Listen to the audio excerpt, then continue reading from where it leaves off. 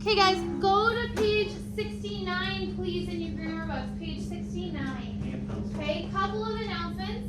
So Tuesday you had no school because it was election day. And then next week is our last full week of school before your Thanksgiving break. Okay, so next week we have a full week of school, and then Thanksgiving break is November 23rd through the 25th. So you're gonna have Wednesday, Thursday, Friday off. Not next week, but the week after. Okay? And then after Thanksgiving break, when we come back on that Monday, you only have 2 weeks until Christmas break. Okay? So just keep that in mind, like as we go. Okay? As we go, just keep that in mind. Check your Mind Star. Make sure you're doing what you need to be doing. Okay? I think that was for the other class. All right, today what we're going to do. There's nothing. No, it's never. Is it ever? Today what we're going to do is we are going to finish just that couple questions on the subject-verb agreement that we didn't do on Monday. And then we are going to talk more about your speeches that we're going to be doing on Friday. Thank you, Vinny. Okay, so I'm going to show you an example today. I'm going to give you my example tomorrow, okay? And then we will plan it out and write it today and tomorrow. Okay? Grab your grammar book. Alright, so page 69 in your grammar book. We're talking about subject-verb agreements. Okay? So when we talk about a subject-verb agreement, okay? And this is something that you all are pretty good at. Like when you looked at our pretest at the beginning of the year, you all had that subject-verb agreement as a strength. What I'm doing here today is we're just reminding ourselves of the skill that we already have developed, okay? So we're kind of expanding and expounding on a skill that we already have. But subject-verb agreement is when we have a subject and it's plural, right? What should our verb be? Singular or plural? If our subject is plural, our verb has to be plural. Yeah, right? So same thing in Spanish. Like I know a lot of you speak Spanish. In Spanish, if I wanted to say yo tengo, I change that ending to fit with whatever my subject is. If I wanted to say you want, how would I say that in Spanish? You want. I would say to, what would I say, Jorge? To, What? you took Spanish 1, right? So, we're talking about subject-verb agreement. And what I'm saying is that you guys already know this because I know that many of you have taken Spanish class or taken French class or you speak another language at home. So when you guys are doing this in everyday speech, I'm connecting it to what we're talking about here on the page, Jorge. So what I'm saying is in Spanish, when we say yo quiero, that's I want, right? I changed the ending to match my subject. If I want to say you want, I would say tú quieres. I added es and I dropped that o ending to match the subject to. Okay, so we do this in English as well. Which one? You speak Spanish? Which one? Yes, a little bit. So this is what we're doing here. It's the same exact thing. Okay, and it's a lot of you use this in everyday speech. Some of us don't, but in formal English or like when we're thinking about how to write effectively to communicate with lots of people, we always want to try to use those common English mechanics. So here we go. So all we're going to do is we're going to underline from our choices here the correct subject-verb agreement. Okay, so are you ready? This is going to be super easy. Vinny. Number 1. Number 11. Would we say you has been invited or would we say you have been invited? We would say have. So I'm going to underline have been invited. Number 12. Jorge. Would we say the student performs or the student perform? What would we say, Jorge? Or I'm sorry, Urian. What's up? What would we say for number 12? The student performs or the student perform? Performs. Performs, yes. Which one will you please? Okay, number 13, Matthew. Would we say he has left or he have left? He has. Has left, yeah. Lorelai, would would we say the storm is coming or the storm are coming? Is coming. Okay. Deity, would we say mosquitoes buzz or mosquitoes buzzes? They buzz, yes. What about Jorge? Would we say Andrew cooks or Andrew cook? My bad. Jorge, page 69. Pay attention. Put it down. Okay. Would we say? Listen. Would we say Andrew cooks or Andrew cook? Andrew cooks. Take your hood off. Andrew cooks. Okay. Andrew cooks. Okay. All right. So James, would we say the choir sings or the choir sing? What would we say? Sings. Yeah. Riley, would we say that rocks have fallen or rocks has fallen? Yes, have fallen. Okay. All right. So, Vinny, would we say rocks? Or I'm sorry, children climb or children climb? Well, I mean, I take it. Lost. What would we say? Shut up. Children climbs or children climb? Fine. Yeah, fine. Urian, sun is rising or are rising? Is rising. Yeah. Okay, done. Right? Give me a thumbs up if you thought this was easy. Middle thumb if you thought, yeah, I need more practice. Or lower thumb if you're like, no, I need more help. Okay, Bro, alright. Vinny, you're fucking. I got all them right, shut up. Literally sleeping. He was joking. And I still know. Alright, guys. You Open your computers, Jorge. Open your computers to HMH while I take attendance. There is an assignment, so you're opening up to Writable, okay? And we're accessing that assignment from the other day. Wait, who's trying to go to? Who's trying to skip? Okay. Go to Dave's time too. So open up to here. I just have it. Got lost everything that I needed, except for one. But what I can do with that later. Because I don't need it. Let's go to Dave's time too, bro. All right. Let's go to Dave's time too. I never been there, so yeah, sure. Let's skip. Jorge. What? My phone wasn't even on, it was right there, bro. Hold up, I'm doing something real quick. I'm about to turn her off. Please check yourself. Where's your iPhone? Yeah, you're ready to pick yourself. It's just for me, and I have to like write a reflection of my education. So I do it so I can look back at it later. I do it. It's good? Good? So Anthony, so we use HMH, which is, there is a link on Google Classroom, but I don't think you're in our Google. So if you want, what you can do is and then when we get done, activity, I'll come and log in, okay? Alright, okay, are you guys up, running? Yes, up and running? Up and running? Okay, good. Okay, so we read this article yesterday about how some graduate students have turned food into non-perishable powder. Do you guys remember why did they do this? What was their motivation? Yeah. Like deliver food and have it last. Yeah, to deliver food and have it last. When is that useful?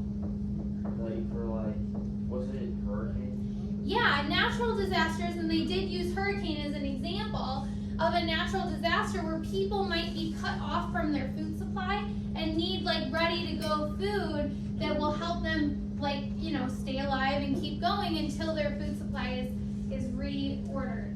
Okay, good. All right. Why else were they motivated to create this non-perishable food? Why else were they motivated to do this? Writable. Wait, is it? Why else were they motivated? Maybe you want to look at that first paragraph again. Take a look at that first paragraph. Why else were they motivated to create this non-perishable food? Oh. Laura, why? To not waste food. Yeah, because they said over a third of all the food that we produce is wasted or thrown away according to the Food and Agricultural Organization, right? Okay? So they're in an effort. What's up? So in an effort to reduce food waste, they're creating this powdered food that is both nutritional, full of vitamins, and shelf stable. What does shelf stable mean? It'll last a long time. Yeah, and we knew that because in the article they explained it, right? Okay, so everyone look at the board. What is our learning target? I can't. I like to read, I can write, and I don't got my glasses. I can write and speak with precise language and details. Okay, so here's how we're doing that. We read and highlighted the text, right? We did that yesterday. We answered questions on the text. We did that yesterday. So today, we are going to write and deliver a speech that uses precise language. Okay, so that's what we're going to do, the writing portion, the drafting today. We're going to finish that tomorrow, and then Friday will be the presentation day. Okay? Now, before you freak out, I have a couple options, and we have some examples that we're going to do. Okay?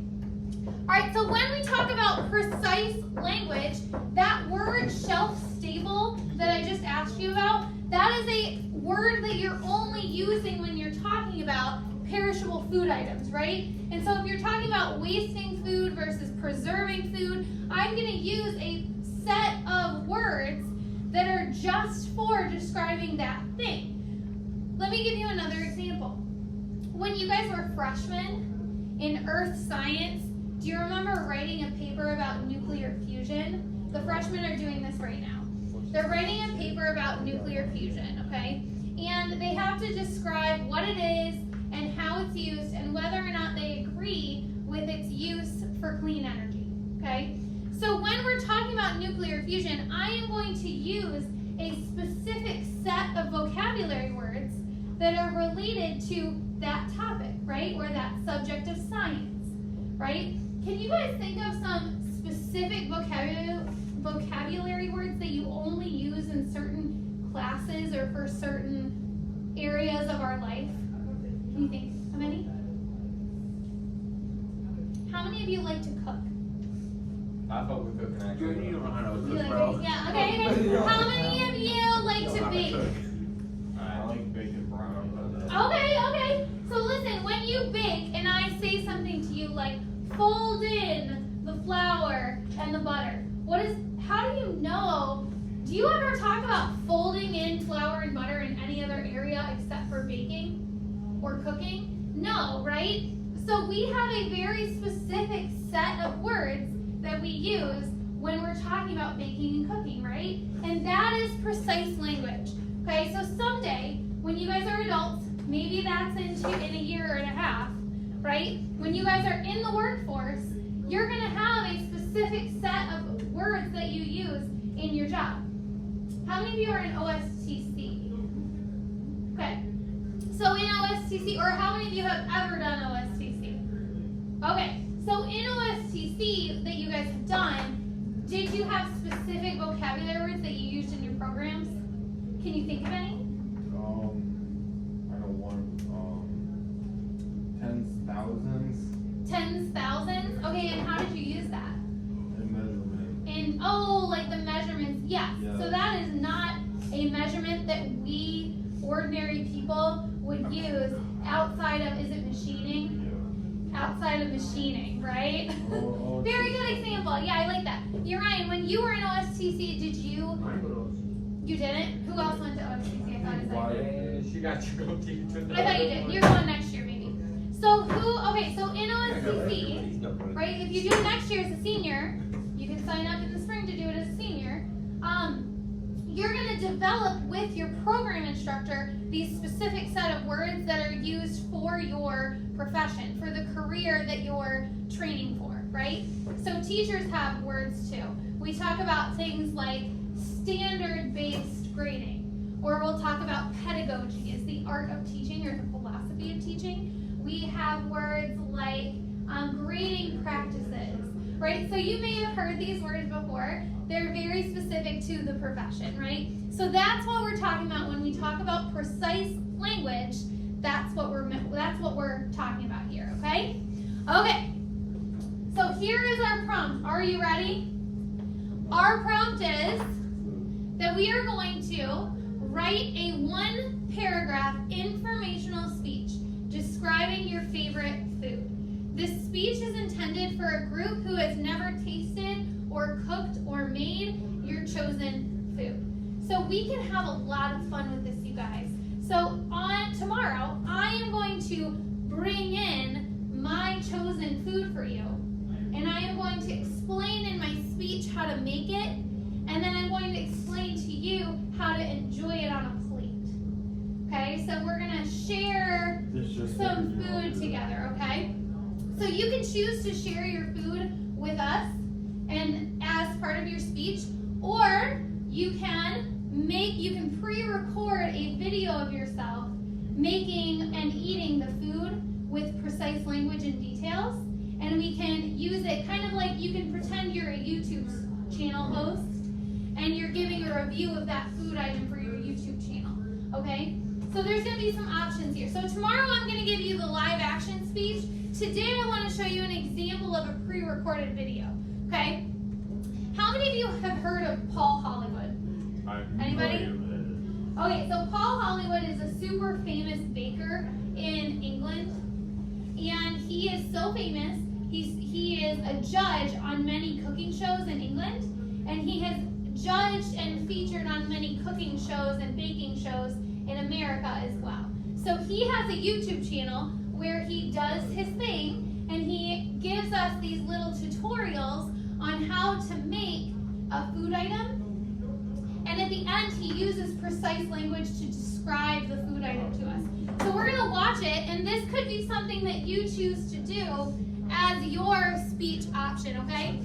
So we're going to watch him make some delicious blueberry muffins. Are you ready? Stop making me hungry. I know, I'm making you hungry. Here we go. Today's recipe is a blueberry muffin. Now, I've preset the oven to 160 fan, 180 non-fan.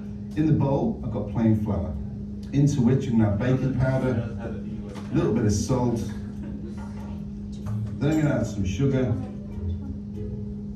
and then the butter. This is where you throw all the butter in, and then you get your hands in and get dirty. So this is where you incorporate all the ingredients together, coat all the butter, and then rub it all together.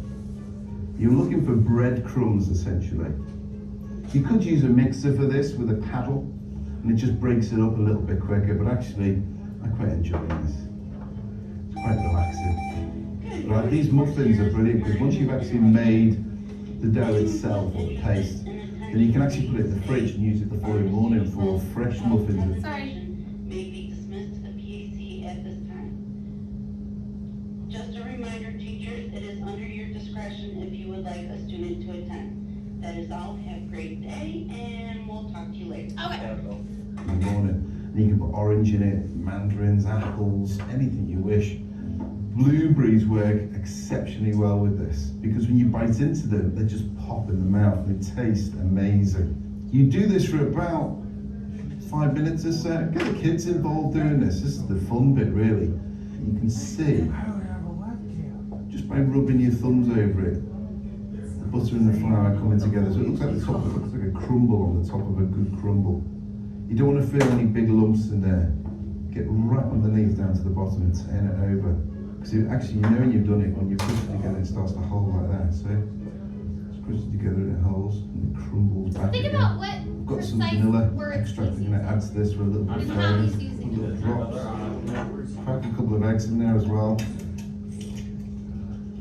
One, two. Give that little mix together. And this will start to bind all the mixture together straight away. You've got a little bit of milk there, which is needed just to bring the rest of it together. Because if it worked that long enough, it'll come into quite a stiff paste. But the addition of the milk will just slacken it off a little bit. So again, starts off with a little bit of milk. But at the moment it's quite dry. You can see how dry it is. It's a bit scone-like almost. But you want to add a little bit more milk to slacken that off so it's a bit smoother all the way around the middle. Do the same on every one. So you carry on going and fill all your muffin trays. I've got a little bit left over, so I'll go around, top it up with a little bit more. You can pipe these in, but you've got to have a really strong piping bag for this. Lovely. The fun bit, the blueberries, or whatever fruit you're going to put in. So drop them onto the top. Once you scatter them around all over the place, you've got rid of the majority, push them in right down to the bottom, a couple of them, not all of them. You know they're in there then.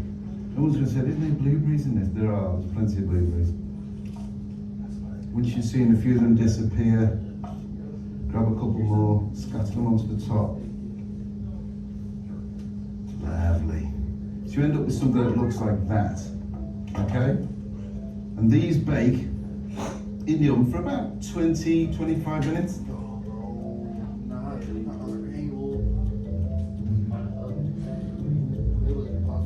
So 25 minutes later, here's the finished product.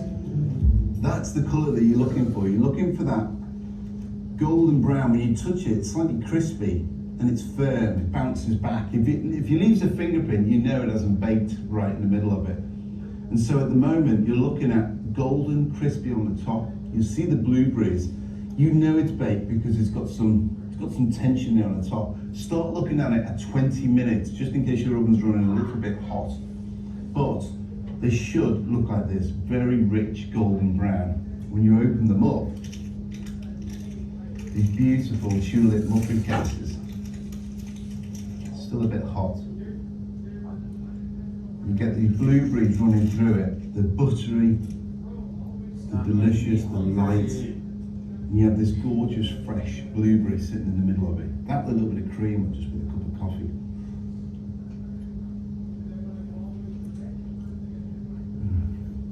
Oh, the blueberries are just fantastic in that sponge. They're delicious and so simple to make. Make the mix, put it in the fridge the next day, dollop it in, put whatever fruit in it, bake it for 25 minutes. There you have it. Beautiful, light, blueberry muffin. All right, whose mouth is watering right now? Mine is. Okay, so this is just an example of something that you guys could do. So whatever your favorite food is, you could create like a YouTube video. It doesn't need to be this high quality, okay? You could have someone in your family record you making it so that they get the angles and stuff.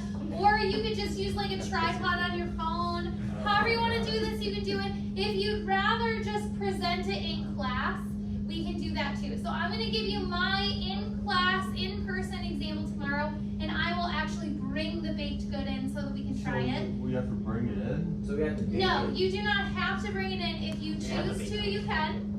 Okay, but it's enough. Okay? Alright. So, what we're gonna do right now and for the rest of the hour, your goal is to plan out what you're going to say. So your goal is to use that precise language to plan out your speech. Okay, so if you go to this analyze and plan and analysis we did yesterday on our article, so today you're planning your speech.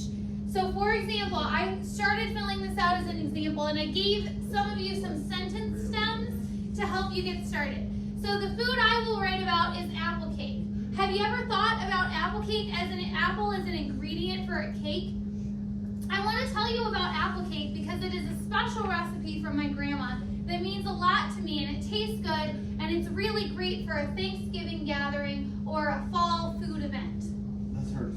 The apple cake has a crumbly texture with a gooey apple center in each bite. Do you see how I'm using that precise language, just like we saw Paul Hollywood do, in order to really engross the readers, immerse the readers in the experience of making and creating and tasting the food? So what I did is I labeled for you taste, aroma, which is smell, texture, and appearance. So I gave you some categories of senses that you're going to appeal to in your writing, okay? And then some action words to choose from, And then down here, you're gonna come up with topic-specific vocabulary. So any vocabulary that's specific to baking, cooking, or to the item you're creating, right? Okay? And then the summary at the end, how did Paul Hollywood kind of summarize? How did he summarize? What did he say at the end? I don't remember. So he tasted the muffin, right? And he talked about what it was like. And then he said, and next time you do this, I hope you enjoy it, and it's pretty easy, in 20 minutes and you're done. This is something easy that you can do. He turned it back on the audience and said, you audience, go and try this, right? Try to make it, okay? So you're gonna do the same thing, okay? So today, for the rest of the hour, which is about 20 minutes, I want you guys to start to plan out what food are you gonna talk about? What is that food? Just taste, smell, feel like, okay? Describe it with that precise language. I'm gonna set the timer, and then we'll wrap up at the end. All right, go.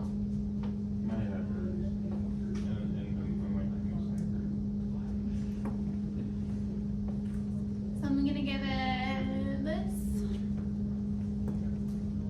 Okay, Penny.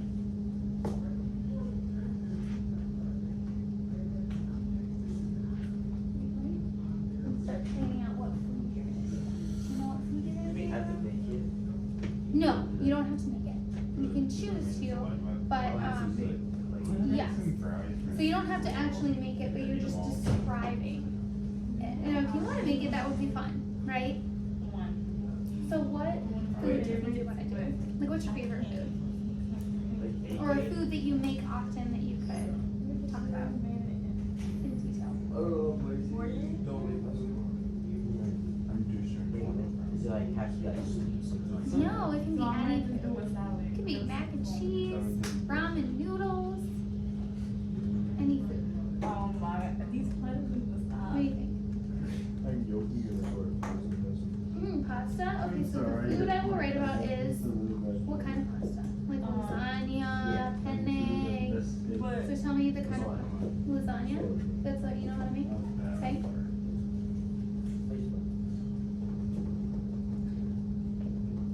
You guys, the food does not have to be sweet.